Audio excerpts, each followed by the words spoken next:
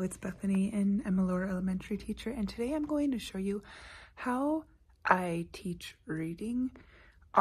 It's a long journey to the reading because one, through my AMS training, they didn't tell us too much about reading besides the pink, blue, and green series. And I mean, there's a lot of language works, and they say, you know, the cultural has a lot of reading, but besides the pink, blue, and green series, there's not much reading, and I think that might have to do with the fact that she was Italian and there was different things.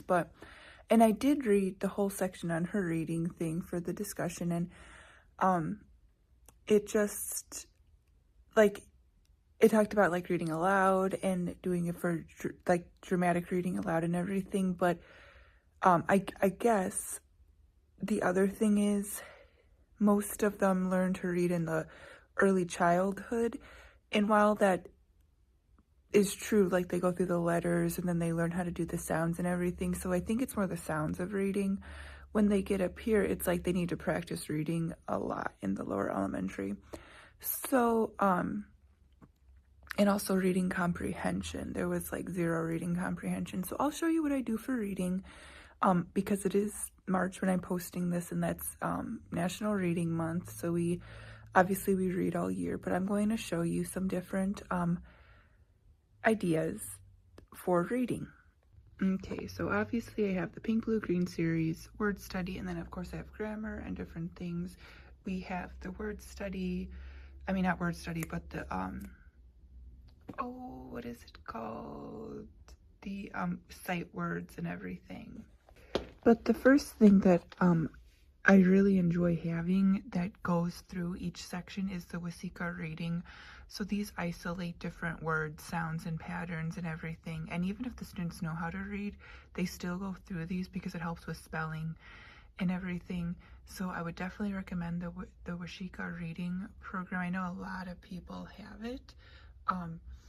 It's just so nice, and they go through a bunch of different sounds, like these are ER, like the R controlled ones, but it goes through so many WH, but it's like short, blends, silent E goes through, and it's just a lot of fun, and the kids do it and do the follow-up work for it, so it really helps them get the words and the sounds in.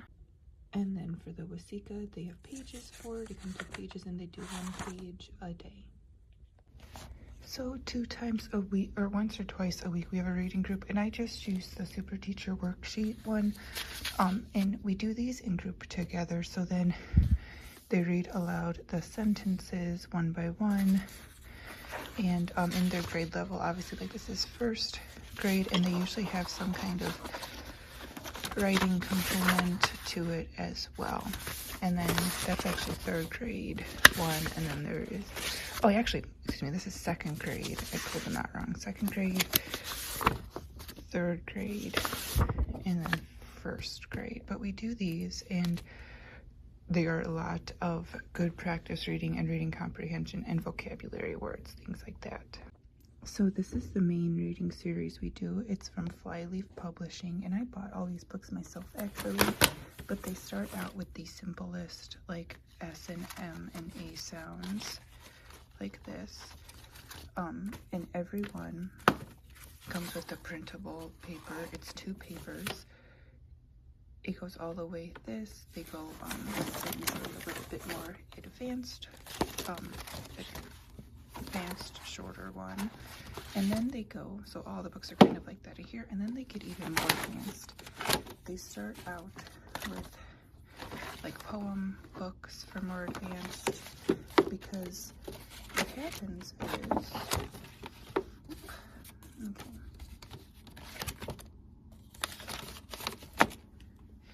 they do papers that have the letters, so it's like letters like this, and then there's 4 pages, so they'll do 1 each day during silent reading. So during silent reading, they'll read their book, do a paper, and then pick a different book to read when they're done. But these ones get super super long, like it is Halloween. They get long, but then they get even longer with the different books. They're pretty long books. So when they get to the further ones, they don't read them every single time, but they'll read them once. But even the work for them is even longer, and these ones go for 5 days, so sometimes they don't finish it in a week, but it's nice so they can go at their own pace. And what I like about these is that they tell you on the back, like again, these are our controlled words, and each of them has different words in it that go. This has really helped with the students' reading. I should mention though, right when I started teaching at a different school, we had a reading teacher, so I didn't teach reading for the first 3 years. All I had to do was the grammar and the word study and like the pink, blue, and green series. So the first 3 years, I did not know what to do with the reading. We did things I would not recommend, like SRA skills and SRA reading, which a lot of the parents at the time were like, that's what I used to learn how to read. So it was kind of outdated, and SRA skills especially, like you have to flip the paper, and it's just it's not worth all the effort for them to answer 5 questions. Just not worth it.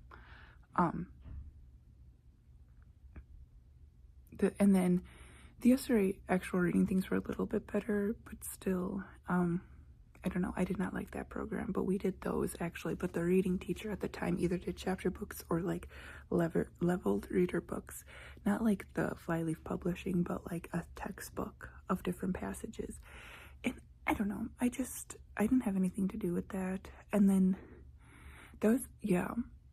I think we had a reading teacher every year, but they eventually got rid of it. And so, yeah. At my school, though, I've always taught reading, and it was funny because when I first came to this school, I did the kindergarten for 1 year because the elementary wasn't open, and then I reopened it. But we used the Bob books, and the amount of times I had to tell a kindergartner how to read the word "the" was insane. I did not like doing that. I like when students already have the basics to learn how to read, and now we're just like honing in on the skills. I do get a lot of kids, somewhat, like 1 or 2 every year that are like they don't have all their sounds and letters and everything totally down, or just reading the words. Most of them know the sounds and everything. So we work a lot on those, but most of them know everything. So it's just like, what can we read to do reading comprehension and everything? So the things I just showed you, Wasika, Flyleaf Publishing, Super Teacher are the combination of things I used to read. And also we use RazKids. It's a computer program, and I think a lot of people use it, but I will say it's very good because the books get super difficult, and if they don't know the word, they can click on it and hear it. They listen to it, they read it themselves, and then they take a quiz. And so I don't put too much pressure on the quiz or anything, but it's another way to answer those reading comprehension questions that I do. So there's 4 things we do for reading.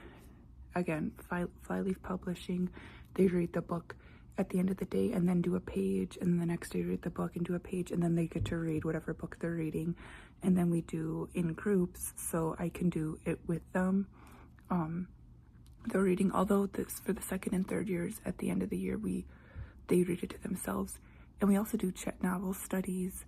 I'm trying to, which I got like off of Teacher Pay Teachers. I don't have any good book recommendations. There's just not good chapter book recommendations. But I want to try to make like a reading packet that could go for any book. So I'm going to see about that.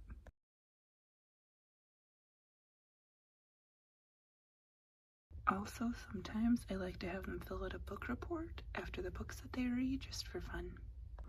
But thank you for watching. Let me know how you do reading, because I'm always open to learning new, different ways. It just seems after a while people get into a pattern with their teaching, and it's fun to change it up.